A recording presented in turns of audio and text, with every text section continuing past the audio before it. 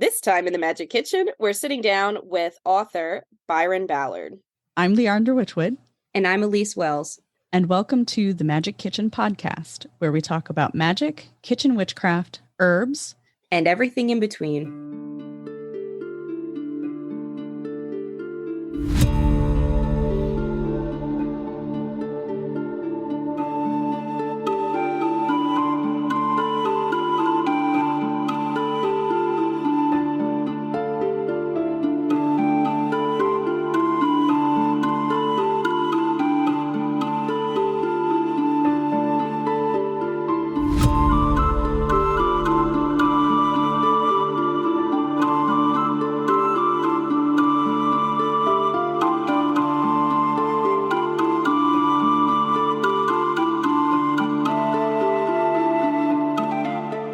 As you may know, the Magick Kitchen podcast is fully and independently funded by the Witchwood Tea House. So show us some support and head over to thewitchwoodteahouse.com to purchase some deliciously hand-blended loose-leaf teas or one of my other botanical products. As a special thank you for your support, please use POD15 at checkout to take 15% off of your next order. So without any further ado, let's get to the episode. Blessed be. We are in the Lionsgate portal. It is Leo season. So I've been working a lot with the Chiron wound in connection with the shadow work. So if you've been around for a while, you know that one of my specialties is shadow work. And I lead people through shadow work. That's how I lead my clients and my spiritual direction. It's anchored in shadow work. And even my women's circles, we do a lot of shadow work in those too. And so right now we are in the Lionsgate, Leo season. Mercury retrograde is right around the corner. And so if you have your Chiron wound in Aries, and if it is in Leo, this is going to like spark a lot of tension for you. It's going to spark a lot of feelings of resistance, feelings of wanting to retreat, or it could go completely opposite, and you could be out of pocket and not know what the heck is going on with you. That's my son. So my son and I are like complete opposites. Like I retreat while he goes absolutely ballistic. Like he is talkative. He has so much energy, but he's hilarious. Like it's not a problem. He's freaking funny. Such a funny kid. So what ends up happening is like we are literally in my office, and he and I are rolling on the floor, tears coming out of our eyes just because he said something goofy, and we just roll with it. So this could be a time where you really step into your power, especially with the Lionsgate and that Leo energy. It's about owning your worth, owning your power, or owning what it is about you that makes you beautiful. And when we tap into that Chiron wound, this will reveal, I'm getting the chills talking about it, but this will reveal to you the exact area in your life that you are struggling with. So Chiron, if you're not familiar, is the wounded healer. He is the one who taught all the greats herbalism and magical herbalism and how to heal themselves with herbalism.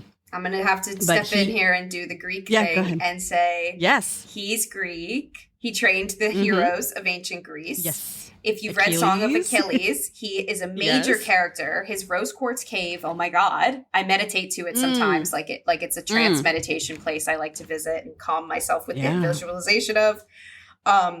And yeah, I really recommend people who aren't into astrology to remember that it comes from mythology. And mythology, it's kind of like chicken and egg, what came first. It's like, did astrology or mythology come first? When we learn it from a Western perspective, I'll put my Greek hat on. It comes from Greece.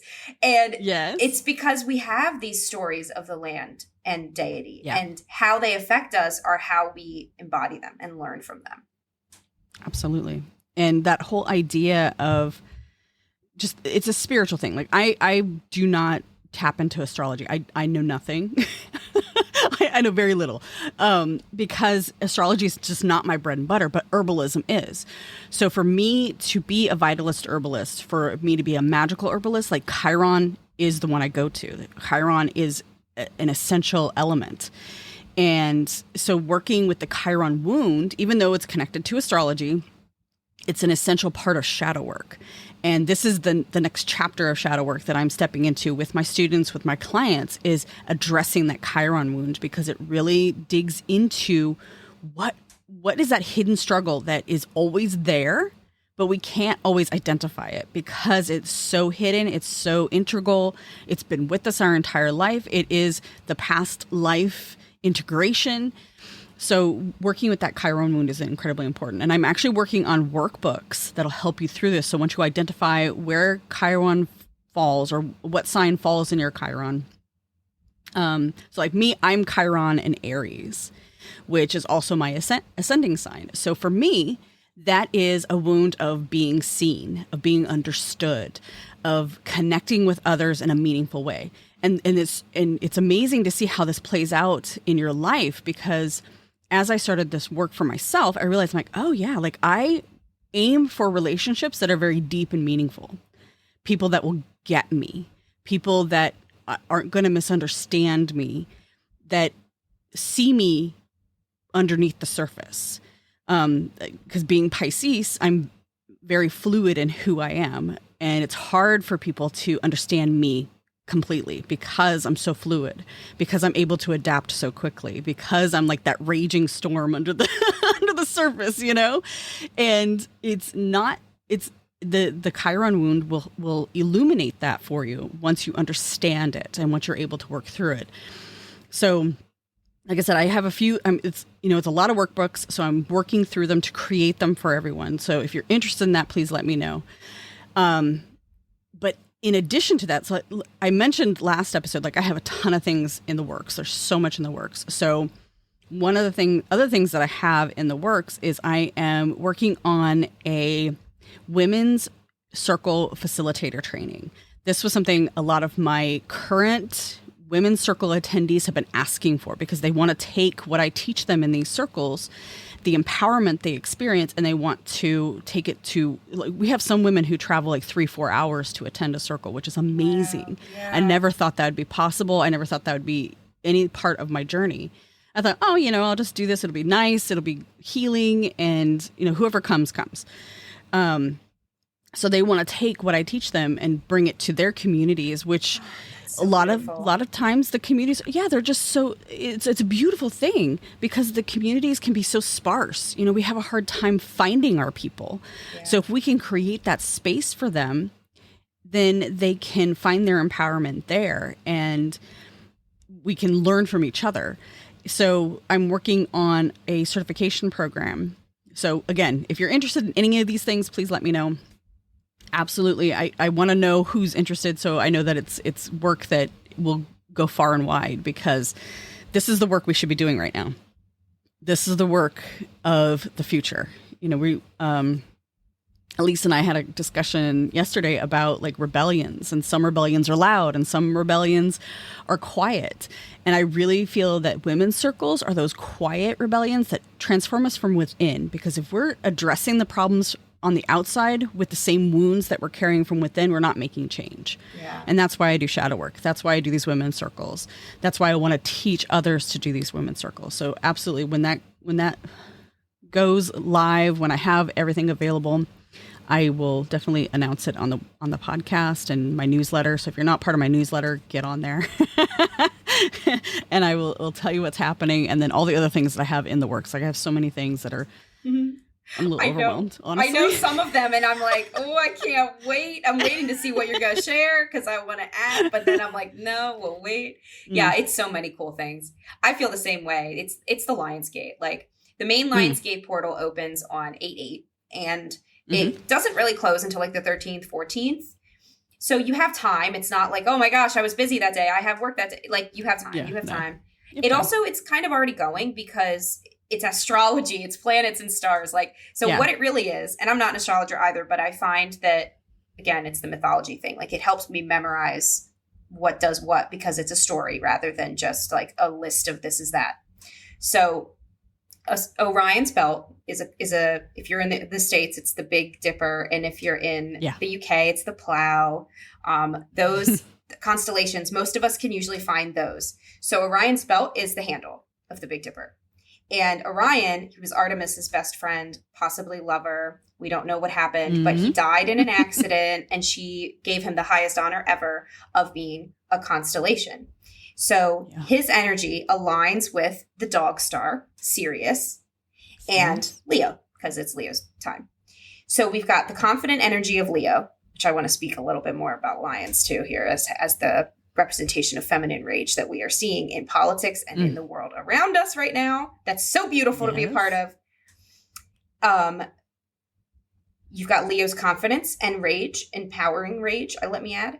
We've got Sirius, which is a star that asks us to look within as well. So it's that conscious rage, right? Because there's no point in ruminating or being an angry, bitter person. That's not healthy. That's right. It's not pointless. Not doing any. It's exactly. Like, no, how do you move forward with intention? So how can we make rage powerful? By recognizing it as a power within us that we have. And then Orion, he's the master hunter. He is the one who is able to have hard conversations, but come out on top of them. So it's again, that confidence energy. And it's interesting because he's tied with Artemis in his mythology. His only story is with Artemis. He's a side character. But Apollo has a bit of a jealousy of him. And one of the versions of the myth is he kills him because he's jealous that Artemis has a new hunting friend. And one of Apollo's epithets, one of his titles, is Hecate. Because Hecate in ancient Greek was used as a term to mean far shooting. And Orion also is written in ancient Greek as Hecate because he is a far shooter. He's a hunter. So it's about looking at your goals with clarity and shooting for them. I mean, it's literally that old adage, if you shoot for the stars, if you shoot for the moon, you will land among the stars. It's that and that mentality of like, play big in this life. And that's what the Leo energy asks of us as well. The lion is often attributed to patriarchal symbols, but it is not. It is a symbol of the divine feminine. Lion's Gate, and I'll be sharing this again on social media as we approach it, but the Lion's Gate in Mycenae, Mycenae is how it's called in English, but it's an ancient site. It's more ancient than ancient. It's like 4,000 years old. So it predates a lot of the temples you would see the traditional pictures of, like the Acropolis or even Delphi. And it's a literal gate of lions that is the same as the one that you've seen pictures of with Inanna. Like she's usually shown with these same lions. These are the same lions, which is important because that means that there was cultural exchange between these regions, which we already know, but it's just, more confirmation for us on our spiritual paths. And so the Lion's Gate there was representing Rhea, mother of Zeus, the original primal goddess, who was married to Kronos, but was in power. It wasn't like Hera, where she just has her own domain and Zeus is in charge. It was a different thing. And Rhea, Cybele, Astarte, Ishtar, Ashtaroth, and of course, my patron, Inanna, and later Aphrodite, are all expressions of the feminine rage. And you might be like, Aphrodite, isn't she like Barbie? No. Aphrodite is the goddess of love and war as well. So there's so many ways to approach this. Maybe you don't resonate with Rhea, but you resonate with Aphrodite. Maybe Aphrodite's not for you, but Cybele and her frame drum just inspires your soul. That's the lion calling to you in this Lion's Gate. And in Patreon, I have multiple, we are really, really harnessing this potential that you have within you this month. We've got journal prompts to starting simple, getting your feet wet. That first one comes out tomorrow, actually. And then moving forward, we have the new moon quite soon. So those journal prompts become your intention for that ritual. And it's a ritual you can jump right into. There's nothing you need to go buy or prepare. It's all about you. You are the altar, and you are the one manifesting this. And then as we approach the Lion's Gate, and then we move into the full moon at the end, we will solidify what we've built. So, and this is a self-paced community, so you don't have to, connect with others or show up on a Zoom with these strong desires or anything like that. Like, this is really for you to do the work that you need to do with me as your support, and the comment section in this closed community that you can also get support from. So, and it's $10 a month, and you get access to all of that. So I really can't recommend that enough if you feel like you've been struggling to really connect with what your power could be. You know, if you're playing small, but you know you're ready to play big and actually be happy every single day of your life, because that's so possible. It's so possible. Like, we're told, especially like in Western culture, there's just this expectation that you will struggle. Yeah, that you have to earn it. You have to work really hard. Yes. And then maybe if you're lucky, you'll have 10 good years where you get to look back at your life of achievement. It's just not really like that. It's just not really like that. Like, we have so I'm much so power. done with that. Yeah. Yeah. We should all be collectively able to say, no, we're done. Yeah. And that's something else that I am launching on the Lionsgate. There is a new community that I will be building, the Sacred Wild membership. And this is going to expand on anything Patreon has ever been. It's going to be something where we actually have our live meetings twice a month. You get one-on-one connection with me, and we'll have an exclusive chat for this membership as well. And you will have access to the full course library. So it will be a more intentional path for students who want to step onto the path of the Sacred Wild and really want to be a part of the legacy of the priest and priestess of the land and the connection to Earth and her cycles that we're missing so much today. If you're ready for that, if you're ready to really commit to the path that you know you're being called to, I think it's time.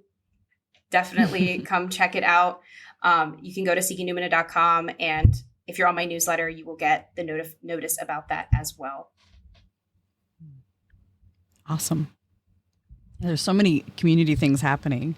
It's the time. It is the time. I think when we start stepping into fall and that dark time of the year, that we start losing the light, or the light is waning, I think it's time to go within, to start working on ourselves, start working on building those valuable resources around us. And I know you and I just offer so much to our communities. We offer so much free stuff, but then paid stuff, like your Patreon, your community, and then the Rebel Mystic community, where I offer the same. So you can either do the self-paced thing, which is, I have 3 different tiers for that. So you can choose which one is right for you. If you just like self-paced, you don't want to join the live events. But if you want to do the full package, then we have twice a month, I get together with my community. So this month we're focusing on magical inks and making our own ink. And this is such a powerful thing, because when you start making your own ink, you infuse that ink with your intention. You infuse that ink with what you want to do. And we're going to touch on perfumed inks. So these inks are going to carry a fragrance as you're writing, as they dry, to further that intention, because our olfactory sensory expression and experience is so important to our magic. It awakens something in us that is deeply rooted. I mean, how many times have you smelled something and like, oh my God, that takes me back? Mm-hmm. And it's usually, hopefully, usually it's a pleasant thing. Like, oh, that reminds me of the time we went to the fair, or that reminds me of the time we went to these gardens, or it reminds me of that, oh, do you remember, so-and-so, they used to smoke this certain type of tobacco or something like that. Like, and if you are the type of Claire that scent comes to you, like I am. So I'll be sitting in my bedroom and I'll smell water. And it's interesting because the man who used to own this house before we did, he's still here. And I'll smell, he used to maintain saltwater tanks, big saltwater tanks. And it's actually where I'm sitting right now in my studio, it's right behind me where he used to keep these big tanks. And they were like his children. He had these big saltwater tanks. So every once in a while I'll be sitting here and I'll smell salt water. And I'm like, why am I smelling the ocean? Mm-hmm. And I'm like, oh, hey. And I don't even know his name. but I'll just greet him. And it's one of those things where we start tapping into all of our senses, not just creating with our hands, not just lighting a candle and enjoying the flame or feeling the warmth of it, but when we start tapping into our sense of smell, our sense of sight, everything, then we start deepening ourselves into ritual and making it a more meaningful experience.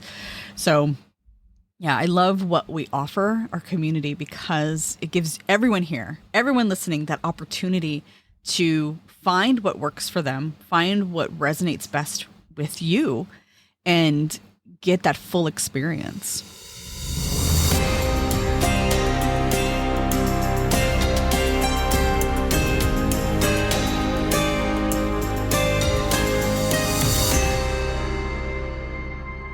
H. Byron Ballard, known as the Appalachian Village Witch of Asheville, is a Western North Carolina native teacher, folklorist, and writer.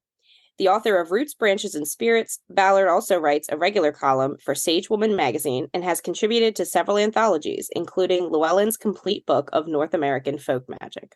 She podcasts about Appalachian folkways on Weird Mountain Gals and serves as senior priestess and co-founder of Mother Grove Goddess Temple and the Coalition of Earth Religions, SERAs. Find her online at myvillagewitch.com. And today we're also going to talk a lot about Small Magics, your newest book. So thank you for being here. Yeah, we both really enjoyed Small Magics. Yeah. So we're excited to share. Of course. Yeah, there's just so much.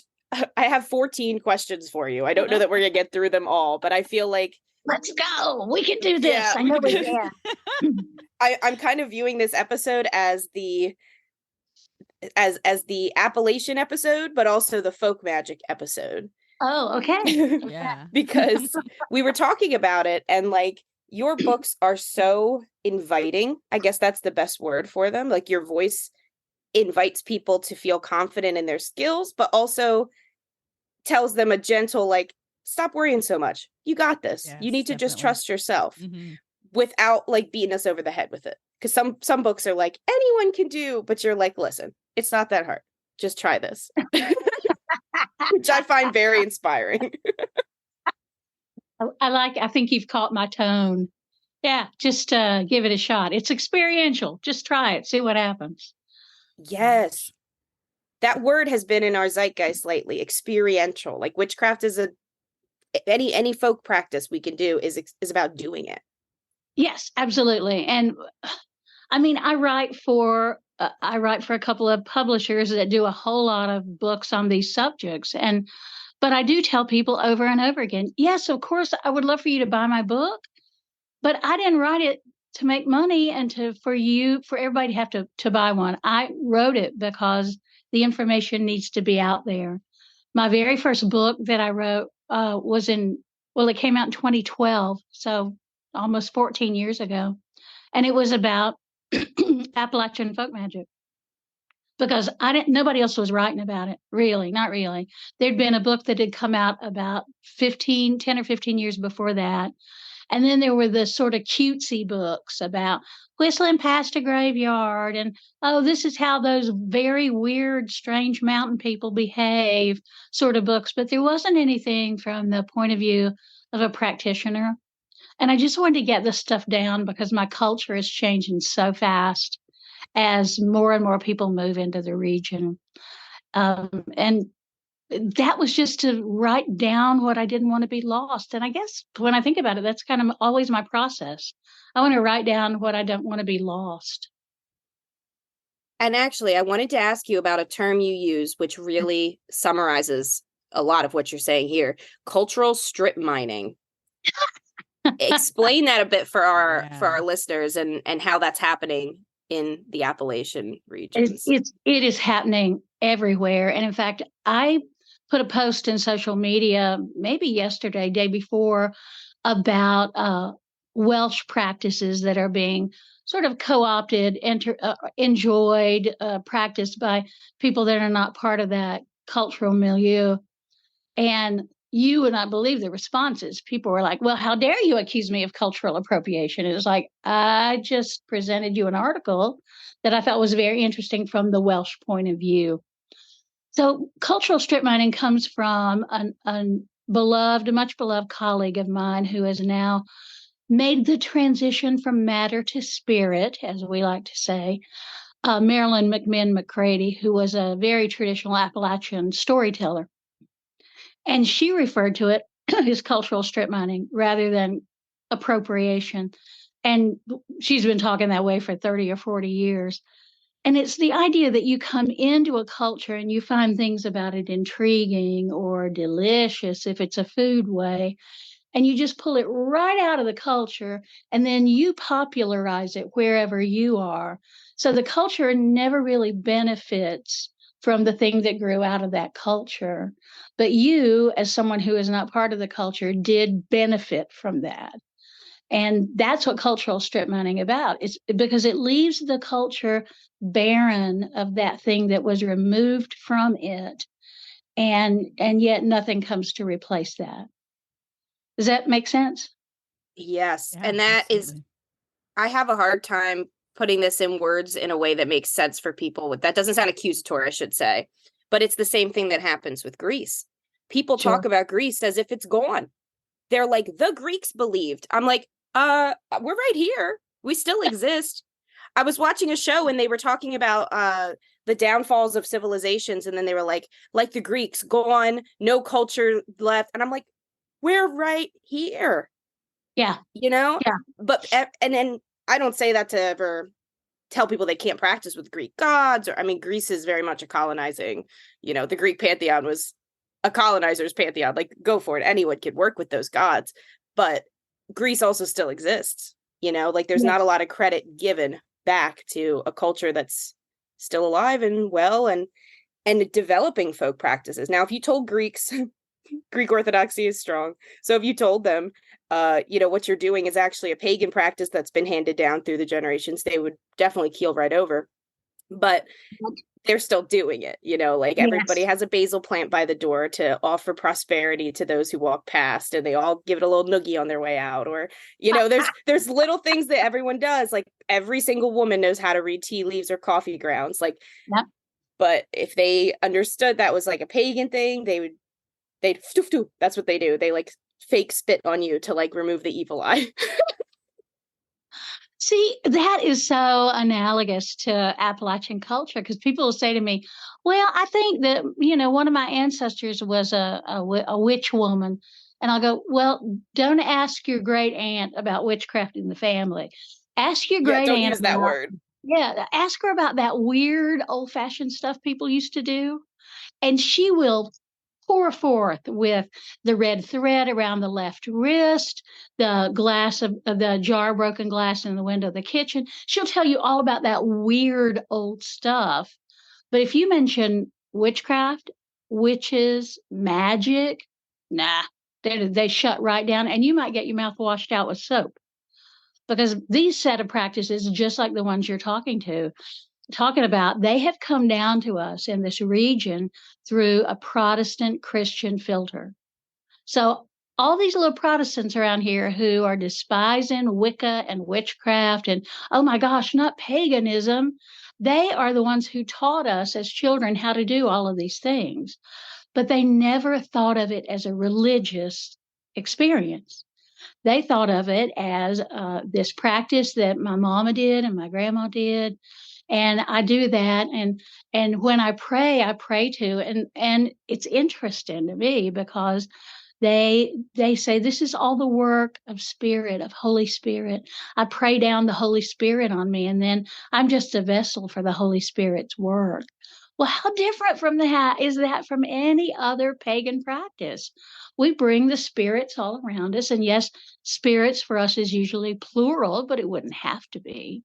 And so it made an easy transition to modern paganism. But the whole God's thing is just not part of it. It is the Christian Trinity, and not even really much of Mary. I mean, with Greek Orthodox, at least you got Mary. But the Protestants, Mary's just the gal who wrapped the Holy Child in swaddling clothes, and then she was hanging around at the foot of the cross. But they never usually get to that. No, they don't even.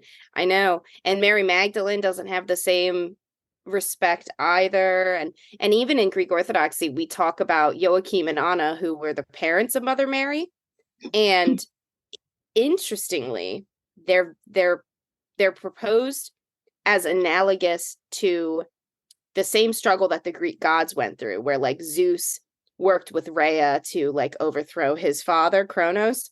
Rhea and Kronos are like the grandparents in a sense of like Greek practice. Joachim and Anna are seen that way, and interestingly only in Greece. So I've always kind of seen that as a holdover from ancient times. Yeah. Oh, that's very interesting. Yeah. Yeah. It's something that has always attracted me about Greek Orthodox culture. And frankly, not much does. Let me be clear. Yeah. I mean, me either. I was raised in it, so. The folkways certainly attract me, but boy, a lot of that stuff is just like, what? But it is the idea of Mary as Theotokos, as the God bearer.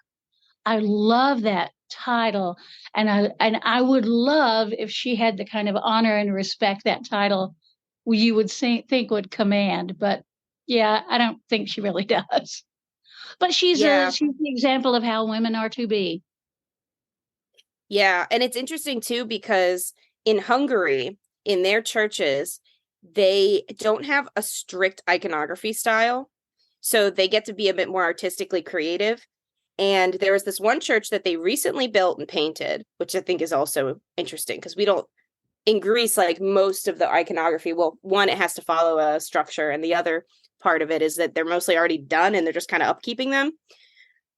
But in this one, Mother Mary is like, she's above everyone else. She's in a solar system, and it feels more spiritual than religious, if that makes sense. It's a really interesting depiction, but she has icons flanking her of pagan goddesses. Esther has a huge icon. And this is crazy because Hungary currently, as of recording and at the time, Hungary has a fascist government. Yeah. So the fact that they promoted and approved an artist to do that, like it feels like the god is moving through them, you know? So it's really interesting because what a roundabout way to talk about Appalachian practice, but it really shows us, I think, that like folk practice, which I want to talk about that too. It's really been neglected in the pagan publishing sphere until recently. And in your case, less recently. I think you've really pioneered that movement. Thank you. They're very alive and well, but for some reason haven't been given their due. Well, because they're not seen as real.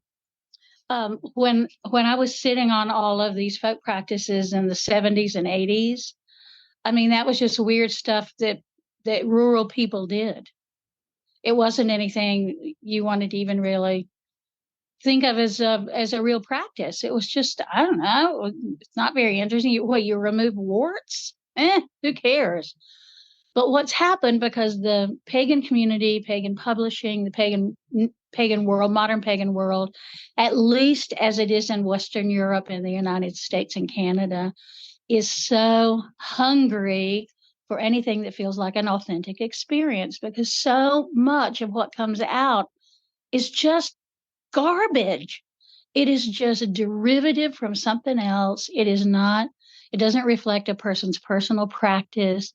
They're writing in a way that is faux academic to speak again to people who are not going to practice whatever it is. And I find it offensive. Well, I hardly ever find anything offensive. But the idea that you absorb these different things, you chew them up for a little while, and then you spit them out, and maybe use a little bit of it. So maybe the idea that you can set up a trap that will clean up the energy in your house. Oh, that's going to be something I'm going to take from that. But now I'm going to move on voraciously to voodoo, because that's the next hot thing, voodoo and Afro-Caribbean traditions. And it's like there's this fad that happens, and it's not just in the book world, but certainly the book world reflects that. I remember when so-called Celtic Christianity was a big deal in the 90s and early 2000s.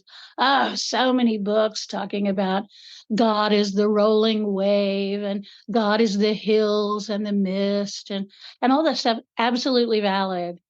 And that same locust-like group took what they could from that, absorbed it or didn't, and then moved on to whatever the next thing was. It's fascinating to watch, but I don't think it's healthy. Because if you don't settle down to a practice, you can never go deep with it.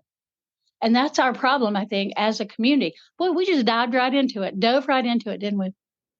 Yeah. The problem with us as a community is that we don't have roots and we're afraid to put down roots. So pick a practice, pick a spirituality, and stick with it long enough to go deep. And you're going to find probably everything you need in that spirituality. So You're right. we get frustrated when it's not easy, because that's what American culture is about. Make it easy for me. I want you to chew that up for me. I want you to spit it onto a beautiful plate and then spoon feed it into my mouth, because I don't want to have to think or feel or go deep or deal with my, my terrible family or my own personal terrible history. Does this make me feel good? Okay, I'm going to love this. Oh, now I don't feel good about it. Let me move on to this thing here where I feel good again. Yeah, and that's a big thing, I think, is that this practice is not all feel good. And we've talked about that a lot on the podcast, that it's not all posh and beautiful, and sometimes it's dirty, sometimes it's mucky, sometimes you have to try really hard. And I think what you were saying like really goes into that term you were using, that strip mining of things. Yeah. You're going to strip mine what feels good and then move on until, when it doesn't. And there you are. And that's the practice. And there's no roots there. There's no deepness to it. Yeah. And yet we also, because we live in TikTok world, we see these young'uns every 5 minutes saying, oh no, you can't do that. That's a closed practice. It's closed. And generally speaking, those young'uns aren't part of the culture that closed practice comes out of, but they just want you to be sure. They want a virtue signal that they are not doing cultural appropriation. They are not culturally strip mining at all. No, it's not me, but you are doing that.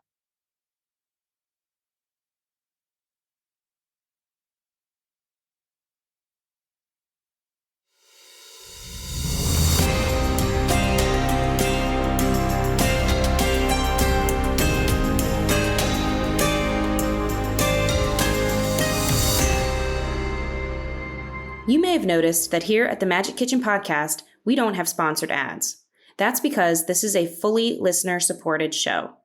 We do what we do for you, dear listener, and when you join my magical living community on Patreon, you're supporting all the time and energy that goes into setting up podcast interviews, writing articles and rituals, my paranormal mystery novel, and all that I do.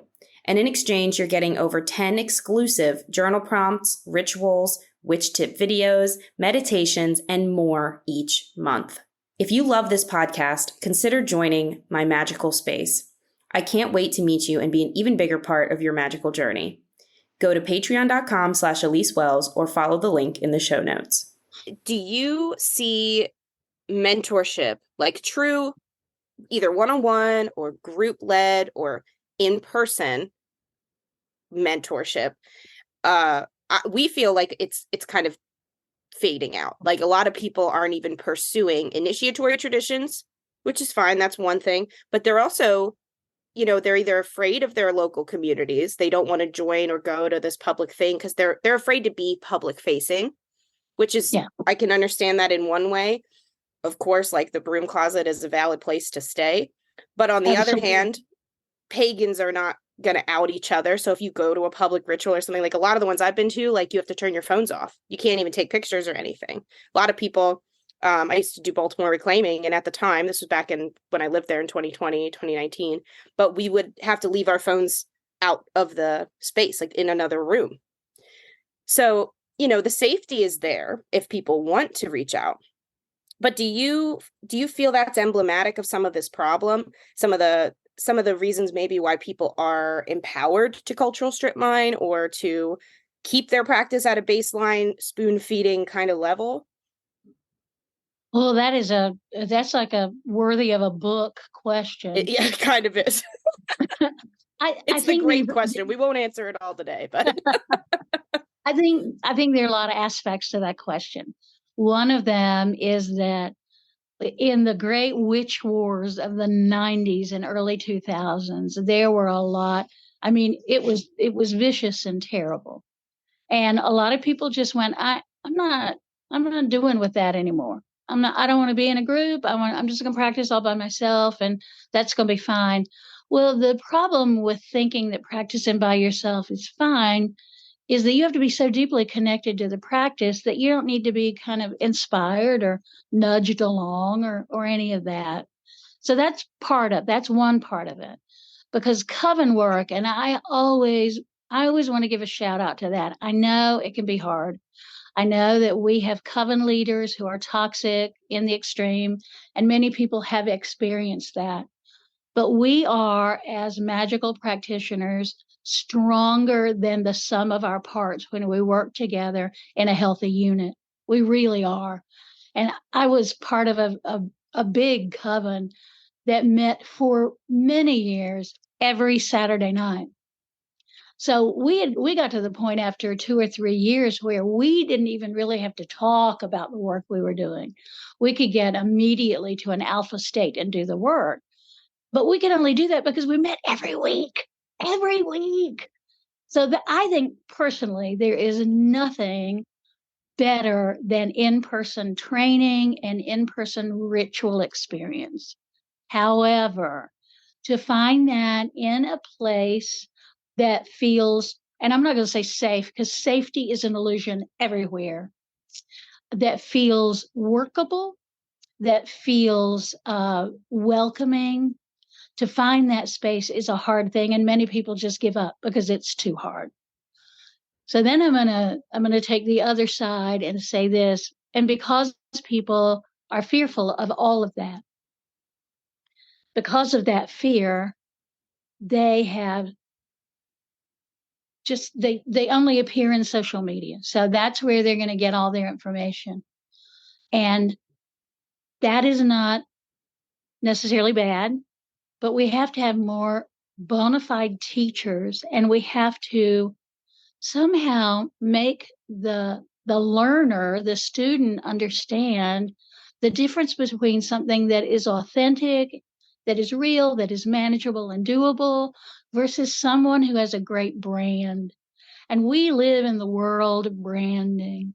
Like right now, I am focused completely on on having 3 deaths in the community in the past 3 weeks. But I'm focused right now on my priestess work. But what everyone knows me for is my Appalachian magic work. So we are heading into to winter solstice. And all I am doing is dealing with human beings and with spirit beings. And we are all focused like a long, dark tunnel to that one point of light, which is the return of the sun. But that does not require a brand. And yet we have to brand everything in modern culture or people don't see it. So the opportunity of all of this is how you present an authentic practice, an authentic ceremony in the astral, where no one is physically standing together. And that is challenging, but it's doable. Before we got started, I'd mentioned the full moon things that I do. I go on Facebook and I do a Facebook Live. And I have an altar set up or some kind of display. The phone faces there. So it doesn't face me. They don't have to look at me squinting and gulping water or whatever I'm doing. They just look at this beautiful arrangement. And one of the things that we do is that we reach our hands out to each other, not to the person on either side of you, but the person on either side of them. And we connect in a thing that we call the belly basket, so that they're all holding hands and they're leaning into those strong arms and they are supported at their most vulnerable place. Well, I have people again and again, this is completely online. I have people again and again say, I can feel how warm the hands are that I'm holding. So they're there in every possible way except being there. So I think it's incumbent on those of us who can do that to create these, not just an online community that bitches and complains and fights all the time, but an online community that can come together as community and support and hold each other. I think we need much more of that. I absolutely agree with that. Yeah. Did I answer any of those questions? All of them, I think. Yeah. Well, and I think you touched on the idea of like the Coven work, it's commitment. It is something you had to fully immerse yourself in. And I think a lot of people are afraid of that.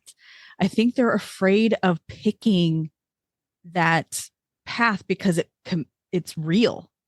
It's not just an identity anymore. It is who you are now. It goes beyond the identity. It goes into that ethereal. If I can talk, it goes into the ethereal, that ethereal plane, that other world plane where your energy matches what you say you are, who you say you are, what you say you're doing.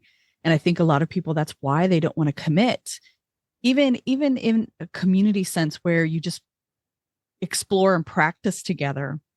It seems like people are really like resistant to it. They don't want to show up fully. And I think it has to do with that. It means it's real, not just in this world, but in the next.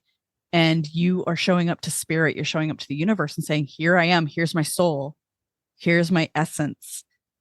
And I'm allowing myself to be part of it. And instead of it just being either a shock factor or, oh, my whole family's Christian and I want to, give them a dig. So now I associate here, it's real. You have to practice it. I love that. I love how you, went into that. That's awesome. And all of that is really dependent too on being in the same place for longer than 2 years. And we are such a peregrinating society, especially in North America. It's like, oh, there's a job. I live in North Carolina. There's a job in San Francisco. I'm going to move to San Francisco. And in generations past, you wouldn't have even looked for a job very far outside the region. You just wouldn't have. You would have said, well, I'm in Asheville and I hear there's something in Burnsville. I'm going to go check that out. But you wouldn't ever go very far from home because that not only was a place where you were deeply rooted, but it's where your family was, and your family was there as a support system for you. Now, I do understand before people start getting their panties in a wad that not everybody has a family that is a support system for them. Yes, definitely. But I also understand that sometimes from the age of 15 to first Saturn return, we can't think of anything good about our families of origin. And we go through that first Saturn return and then we're like,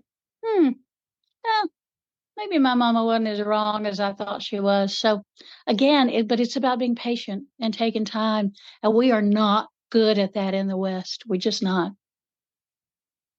Well, and I think it's emblematic of our patriarchal leans in our society that, and capitalism is closely tied to that patriarchal lean too, where we're supposed to want the next thing. People, this has been like on my mind lately. Because in Greece, we just don't have ads. I mean, like, there's no billboards. Billboards are illegal in Europe because they're distracting on the road, which is true here too. But of course, they're not illegal because capitalism is more important. And that's one thing. It's illegal to send junk mail. So that's been, it sounds silly, but that's been something that's been irking me. I've been here for 7 weeks. It's a long visit. And I'm just like blown away by like the time it takes to sift through ads. Then there's spam calls, again, illegal in Europe. That's a stressor for me. I just hate it. I wasn't so annoyed when I had it all the time, but now that it's back, it feels worse. And then there's the text marketing, there's the email marketing. And then around the holidays, it's so much worse. And they're constantly getting you to like get the next thing. And I feel like people then think that's how you do all the things. It's why people maybe feel less comfortable to stay in a long-term relationship, or why they think they should apply for that job somewhere else just because they can. Maybe they should. And we're not really meant to live like that. I read a statistic and I forget what year this was specifically, but around the Industrial Revolution, until that moment, let's say maybe 1850, until that moment, our ancestors would have lived an average of 8 miles, in a radius of 8 miles, their entire lives. That's insane. It is insane today. And it's amazing because y'all know I'm like a throwback. I don't know why I am the way I am, except my family has been in this region since the 1600s. So not right here in Asheville, but in this part of the world. And I can go to this very fancy hotel here called the Grove Park Inn, which sits up on the ridge of a mountain and overlooks the whole valley. And if I could see through trees, I would be able to see the place where I went to elementary school, the place where I was born, the mountain that I was raised on, and the house that I live in now. I could see all of those if I could, look through buildings and trees and whatever. They are within visual range of me. And I am that puts me in a really very strange place because most people here are not like that. They can barely remember their first house, or they can barely remember they were, when you ask people, and I ask people this all the time because I'm so nosy. Well, so where are you from originally is the way I put it. And they'll go, oh, it's hard to say, really. I was born in Baltimore, and then I moved to Boston, and then my family went out west to California. And so they don't have a sense of where they're from. And I think that's hard on us as a species. We are healthiest, I think, when we can put down deep roots, just like trees. Yeah, that makes sense. Yeah. It really does. Mm-hmm. Yeah, I think about that all the time as a somewhat rootless person. Yeah.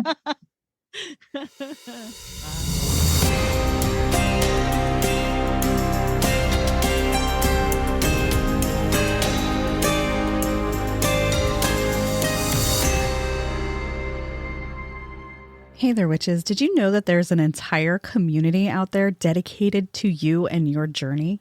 The Rebel Mystic community is a space where I offer my decades of knowledge and experience to witches just like you.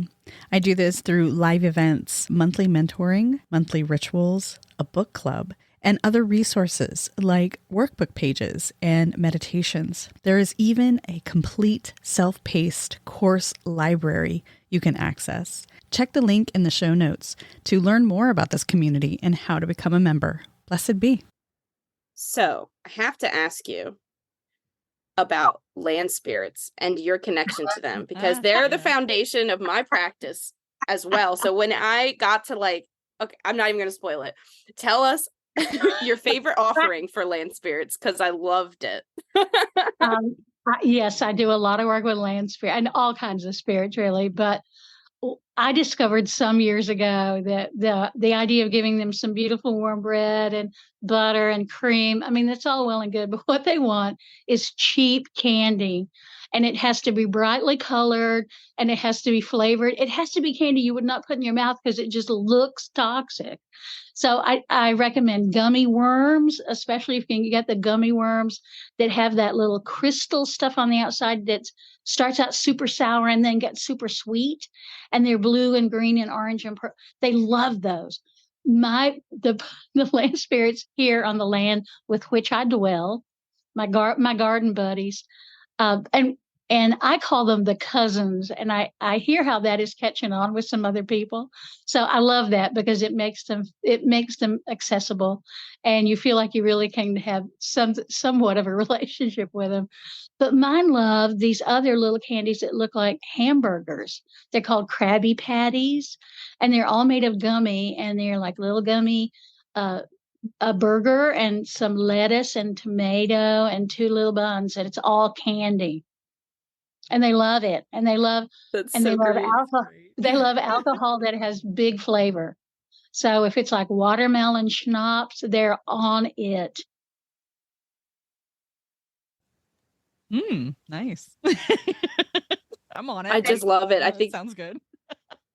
And people will look at me usually like traditional sort of Celtic people, and I put quotes around Celtic because we all know at this point Celtic really doesn't mean anything, but these sort of traditional Celtic people go, oh no, absolutely not.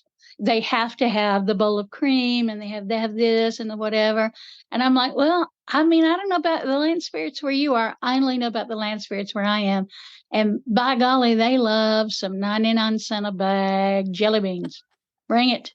Well, and I think that goes along with what Elise and I teach. Like, we teach our students to tune into what your land spirits want. Absolutely. What do they want? Not just what you assume or what you've been told. What do they want? What specifically do they want? And go with that. Yeah, absolutely. Yeah. And if you give them something they don't want, they'll let you know.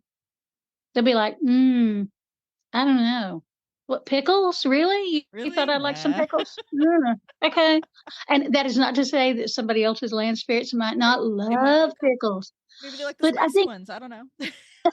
But I think we make the mistake with spirit folk that we also make with indigenous people.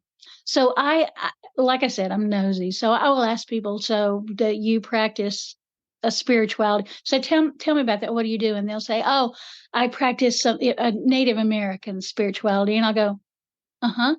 What's your tribal affiliation? Oh, no. It's just sort of, Native American, sort of generic Native American. And I go, well, it does it count? Does it work? Because it seems like if it's not like a specific thing, it doesn't work. And I think we make the same mistake with spirits. We think that they are all the same, that they are a monolith. And if somebody in Oregon gives their land spirits this thing and does that thing, that's what's going to work for me. But it's all about being in relationship, in my opinion. Yes. That you Yes. you have a relationship with these beings, and it's a little tricky, like having a relationship with crows that live in your yard. They're not like us. But we can carefully forge a relationship. And it's the same with spirit folk. You just have to be willing to be humble and to be willing to learn, to be willing to be wrong, and to persevere. Yeah. And I think land spirits in particular are the most intimidating of the spirits, because I don't even call them immortal. I call them eternal, because they are the land. They're before the land. Like, as the plate tectonics shifted and formed the Appalachian Mountains, they were there, like, so they don't care about your 401k. They don't care about the fight you had with your kids. Like, you can't go to them like you can a deity or a spirit guide or an ancestor. Like, you have to manage your expectations of that relationship. And I think people want every spirit to just be a new friend, which is, I think, almost a level up. Some people are terrified of spirits and they don't even want to talk to them.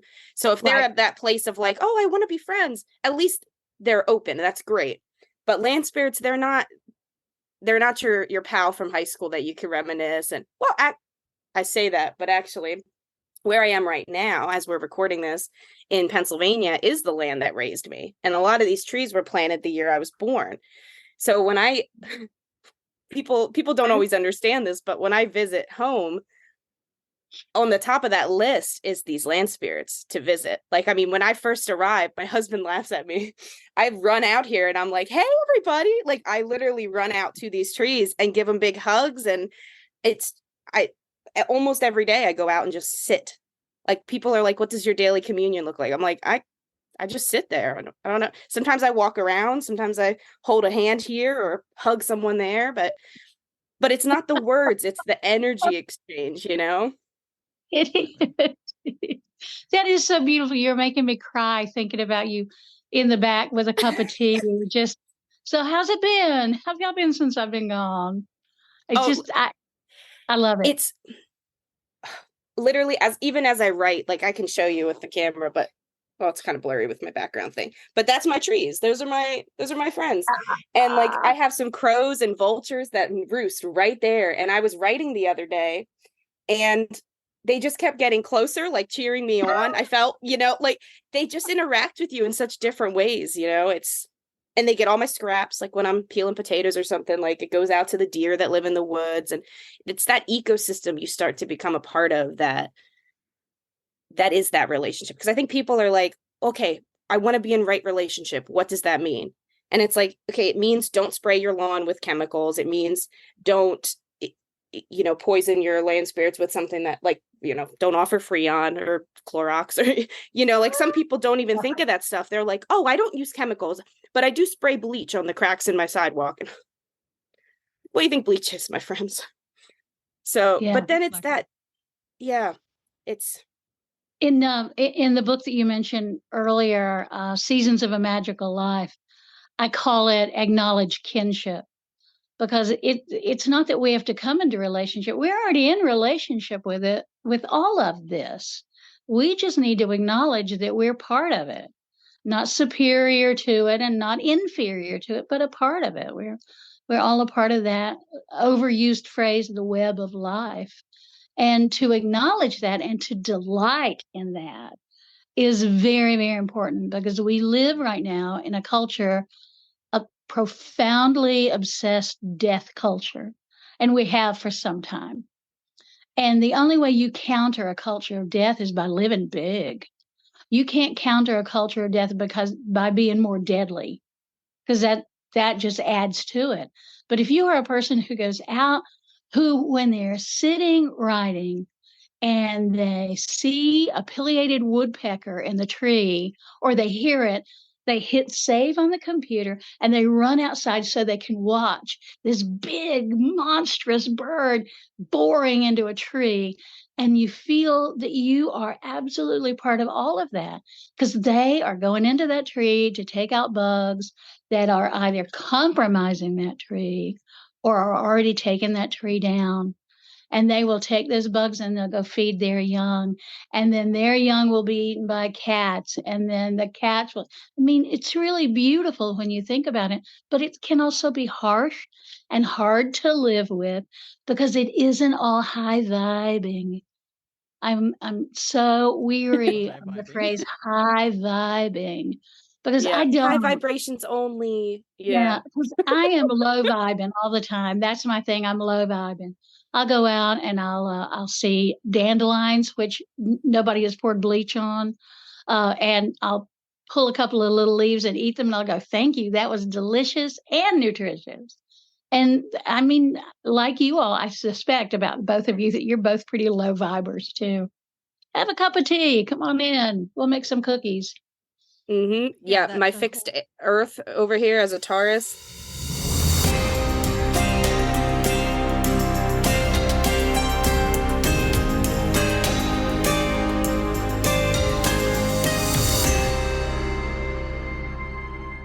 Have you ever wondered what the difference actually is between a nymph and a fairy? And where do dryads fit into all of that? Is Gaia the earth itself, or a separate goddess, and how is she different from Demeter? If Artemis is the god of the hunt, how is she also a protector of animals? And who is Pan? And is it true that he's the same as Dionysius? These are some of the questions that people tell me they've been too shy to ask about the Greek spirits and goddesses of nature. And the thing is, these deities can be mysterious and often confusing. But when you meet them on the path of the sacred wild, the ways they can expand your life and ground you into your body and your power over yourself is unlike any other. Join me August 17th, 2024 for my next workshop, a deep dive into nature deities, land spirits, and the elementals from Greece. If you can't attend live, you get lifetime access to the replay, and this course also comes with a workbook, a meditation for connecting to nature spirits, and a resource guide. If you are ready to remove confusion and gain confidence in reaching out to Pan, Artemis, Gaia, or the nymphs and spirits of nature, this is the workshop for you. Get your tickets at the link in the show notes, or by visiting seekingnuina.com. I call it like a neutral vibing, because I feel like there's too much pressure to be, whoa, like really happy. Like happiness is fleeting moments. That joy is those little moments in the bigger moments. We can find fulfillment long term. We can find contentment every minute. And I think that's overlooked quite often. That a spiritual life isn't one of like elation. It's really one of presence, which often looks like a neutral, even keel. Exactly. I just shared this on my social media about how I covertly practice. And it's literally me walking in the park with my earbuds in. And that's how I talk to my land spirits there that I've connected with. Nobody has to know what I'm doing. It's not this big ritual. I'm not leaving huge offerings out in the public space. I'm just, hey, how's it going today? Hey, nice to see you. Okay, you're sleeping. I'm going to leave you alone. Okay, I'm going to move on to this tree that's still awake, that sort of thing. Like, but I have my earbuds in and my phone out, and it looks like I'm having a conversation with somebody on the phone, but really I'm having a conversation with the plant spirits. So it's that low, I guess that low vibe, that low key, really, experience where nobody has to know what I'm doing. It doesn't look overtly magical. I don't have my robes on and a wand and whatever else. And it doesn't have to look magical unless you're trying to brand yourself as a magic person. And then you have to do all those things. A phrase that I am justifiably famous for is that you don't have to walk through the streets of your hometown in a long black cape and a pentacle the size of a salad plate in order to be who you are. You can just dress the way you always dress and actually walk your talk and not pretend to be something you're not. Be exactly who you are, but you don't have to show people who you are except by your actions and by the kind of energy that you generate. I mean, when you're around people, like I would love to be walking behind you at the park because I bet you have almost a halo glow around you of energy because you're out, you're sending your energy out and connecting. And as those connections happen, the energy flows back. And it's that beautiful kind of double, what do we call feedback loop that feeds everybody energetically. And it's like an osmosis. Yeah. And it's funny you say that because when I'm in that zone, when I'm walking and just communing with the nature spirits, I feel like there's like a trail of energy that follows behind me. So when I'm looping around the track, I'm looping into that as well. So it's just feeding itself, and the plants are soaking it up. The animals are soaking it up. The squirrels are checking me out. They're playing around the tree and they peek around and look at me. And I'm like, hey, what's up?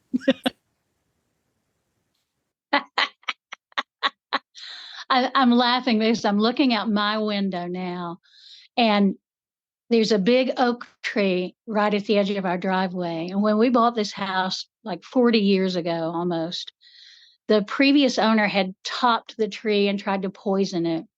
And the tree just lived, but it's a kind of a weird misshapen tree. And it's a beautiful tree, and we love it. So last year about this time, it had grown, its big old limbs had grown to touch the neighbor's roof and touch our roof. And it was, it was no longer safe as an urban tree. So I called arborists and made an appointment with them. And I went out to the tree and I put my arms around it and put my ear against its bark and said, okay, now some folks are going to come and they're going to give you a haircut in a few weeks. And when you wake up, you're going to feel a little bit different, but it's going to be good. So don't worry. It's going to feel, but I promise you, I had this done with love. All that stuff you say to trees, which I can use the phrase to both of you, all that stuff you say to trees. And you go, oh, yeah, no, I get it. Totally. Right. So this year for the first time, so the oak woke up and it was like, what's going on? I feel like a puppy again. This year for the first time, we've had a bear family, a sow and 4 of her cubs. And to look out the kitchen window and see her reclining in the flat part of that tree with the babies just out on the limbs, eating acorns, and knowing that the babies are safe and so is the oak tree, because in addition to pruning it, they did some of those heavy ties to hold the bigger limbs into the main trunk of the tree. And it was just delightful. It's awesome. Yeah. Oh, that's beautiful. And actually, that reminds me of a quote from Small Magics. The world does not need us to re-enchant it. It needs us to pay attention. And I feel like that's huge, because so many people are like, oh, I want to escape my mundane life. No, it doesn't exist. You have to view your spirituality, your practice as your life. You can't view it as something that's an escape from the real world. Like, it has to become your real world. If your reality isn't shifting, that's what magic is. Yeah. This is a Yeah. D&D. And I go to a lot of festivals, as you know, and again, I see people who this is one of their weeks off out of the year. They get 2 weeks off because it's capitalism in America. So they spend a week at this festival, and on Saturday, it's a big blowout. It's a giant bonfire and dancing and all the stuff that we do. And then Sunday, they're packing up and they got to go back to mundane. Oh, I just hate it. And I don't allow people to use the word mundane around me anymore, because we have to understand that the world that we live in, the workaday world, is the magic world. And you don't just get magic because you can dance naked around a bonfire. You get magic because it's that deep connection with all that is. And that's the spirituality I strive for and relish and roll around in like a hog in mud.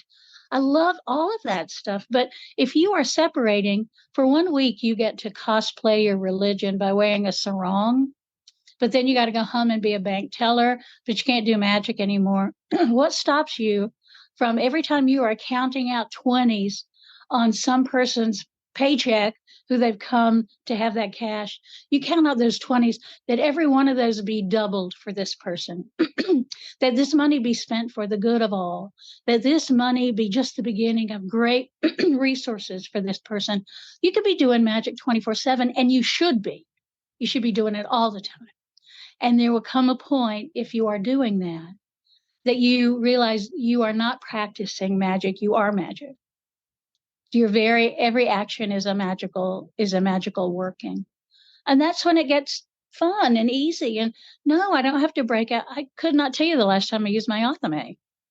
I could not tell you the last time I picked up a wand that wasn't just a stick from the garden, from some tree that had dropped a broken limb. I don't. Yeah. My practice has gotten more and more simple, and that includes my spirituality. My goddess practice gets simpler and simpler and simpler, because she is everywhere. They are everywhere. They are everything. So I don't have to wear giant goddess jewelry unless I choose to. I don't have to wear 1,000 rings that have pentacles and goddess images, because I've been her priestess since 1975. And we know each other. We do each other. Yeah. End of sermon.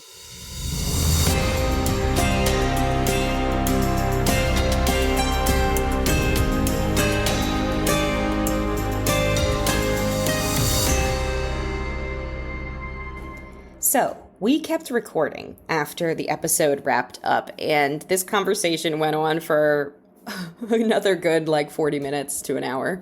So we decided to release this extended conversation with supporters of the Magick Kitchen podcast. So if you are a member of the pantry, either through my Patreon community, patreon.com/EliseWells, or Leandra's Rebel Mystic community, then you will get this bonus episode by the end of this month. Thank you for supporting the show, and thanks for listening. Well, and I guess we should quit while we're ahead. Tell people how they can stay in touch with you and get your newest books. Thank you. They can get my books wherever you get books. I prefer that you order from an independent bookstore or go to your indie bookstore. And if they don't have it, let them special order it for you. You can find me on the socials. At Facebook, I do probably, that's my big social media thing, as Byron Ballard, and also as H. Byron Ballard, author, Witch About Town, something like that. I'm also on Instagram and Twitter, and you can find me at my website, which is myvillagewitch.com. Wonderful. It was great having you on. Thank you very much. Yes. Thank you so much for being here. Thank you all so much. Let's do it again.